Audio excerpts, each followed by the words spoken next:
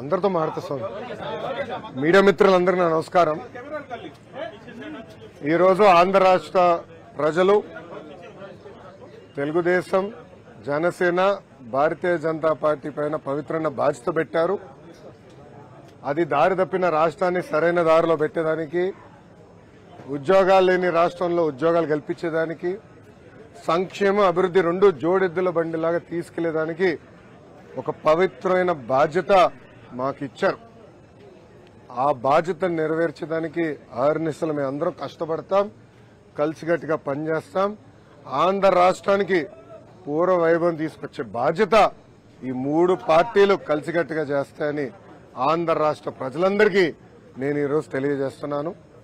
ప్రత్యేకంగా మంగళగిరి నియోజకవర్గానికి వచ్చేగల 1985 తర్వాత మంగళగిరి నియోజకవర్గం పైన పసుపు జెండా ఎగరలేదు.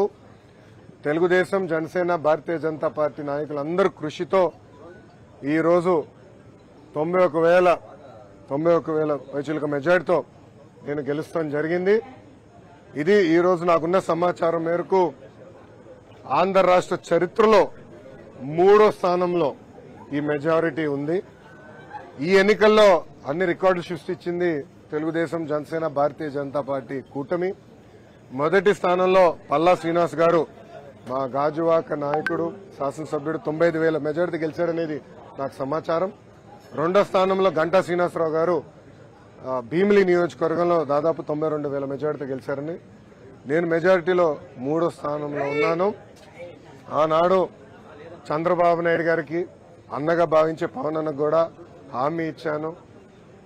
ఎవరు ఊహించిన మెజారిటీతో నేను మంగళగిరి గెలిచి కానుక కింద ఈ సీట్ ఇస్తానని హామీ ఇచ్చాను. ఆ హామీని నిలబెట్టుకున్నా. దాని వెనకాల ప్రజల ఆశీస్సులు నాతో ఉన్నాయి, దేవుడి ఆశీస్సులు నాతో ఉన్నాయి. ఇంత మెజారిటీతో గెలిచిన తర్వాత మా పైన బాధ్యత పెరుగుతుంది, ప్రత్యేకంగా నా పైన బాధ్యత పెరుగుతుంది. మంగళగిరి ప్రజలకి నేను అనేక హామీలు ఇస్తాం కూడా జరిగింది. గత 5 సంవత్సరాలుగా వాళ్ళకి అనేక సంక్షేమ అభివృద్ధి కార్యక్రమాలు చేస్తాం కూడా జరిగింది. వచ్చే 5 సంవత్సరాలు వాళ్ళకి అనేక పనులు చేయాలి, ఇచ్చిన హామీలు నిలబెట్టుకోవాలి. ఒక ఆదర్శ నియోజకవర్గంగా మంగళగిరిని తీర్చిదిద్దే బాధ్యత ఇప్పుడు ఎమ్మెల్యేగా మంగళగిరి ప్రజల కోసం లోకేష్ చేస్తాడని ఈ మీడియా సమావేశంగా మంగళగిరి ప్రజలందరికీ తెలియజేస్తున్నాను. ఇప్పుడు మీడియా మిత్రులకి ఏమైనా ప్రశ్న ఉంటే దానికి ఒక్క నిమిషం అండి. మీడియా మిత్రులకి ఏమైనా ప్రశ్న ఉంటే ఇప్పుడు అడగాల్సిందిగా కోరుతున్నాం. ఇప్పుడు అడగండి.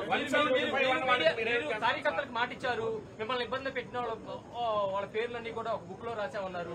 ఆ బుక్ లో ఉన్న పేర్లు పనికి కల్పించబోతున్నారా? అంటే వాళ్ళకి న్యాయం చేసే దిశగా లేకపోతే నేను మళ్ళీ చాలా స్పష్టంగా చెప్తాను. నా యువగలం పాదయాత్రలో స్పష్టంగా ప్రజలకి, కార్యకర్తలకు నేను హామీ ఇచ్చాను. ఏ అధికారులు వైకాపా నాయకులైతే చట్టాన్ని ఉల్లంఘించి ప్రజల్ని, తెలుగుదేశం పార్టీ కార్యకర్తలు ఇబ్బంది పెట్టారో వాళ్ళపైన ఎంక్వైరీ చేస్తాం. అధికారులకు సంబంధించిన విధంగా జ్యుడిషియల్ ఎంక్వైరీ చేస్తాం. ఎంక్వైరీ నివేదిక మేరకు సర్వీస్ నుంచి డిస్మిస్ చేసి జైలుకు పంపించడానికి కూడా నేను వెనకాడను అని ఆనాడు ప్రజలకి చెప్పా, కార్యకర్తలకు చెప్పా. అది ప్రజలు ఒప్పుకున్నారు. అందుకే ఈరోజు ఎప్పుడు లేని విధంగా మనకు మ్యాండేట్ వచ్చింది. తప్పనిసరిగా ఇచ్చిన మాట, ఇచ్చిన హామీ నేను నిలబెట్టుకుంటాను అండి. నేను వైకాపా, దయచేసి వైకాపా నాయకులకి, పార్టీకి సూచించే స్థాయి నాది కాదు. మేమేం చేస్తాం చాలా స్పష్టంగా చెప్పాం. కక్ష సాధింపులు, హెరాస్మెంట్లు, ప్రభుత్వ ఆస్తులు ధ్వంసం చేస్తాం, ఇది మాకు రాదు, మేము చేయం.